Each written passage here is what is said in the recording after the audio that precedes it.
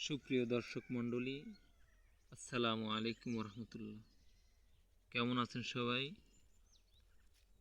Comment বক্সে সবাই জানাবেন। আল্লাহর সৃষ্টি কতই না সুন্দর, সবুজ শ্যামল ঘাসের বাগান, বিকালের দৃশ্যবান।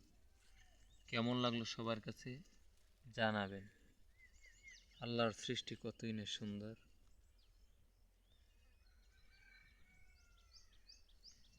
আর একটা বিষয়, নতুনদের পাশে থাকবেন, সাপোর্ট করবেন, ইনশাল্লাহ সাপোর্ট পাইবেন।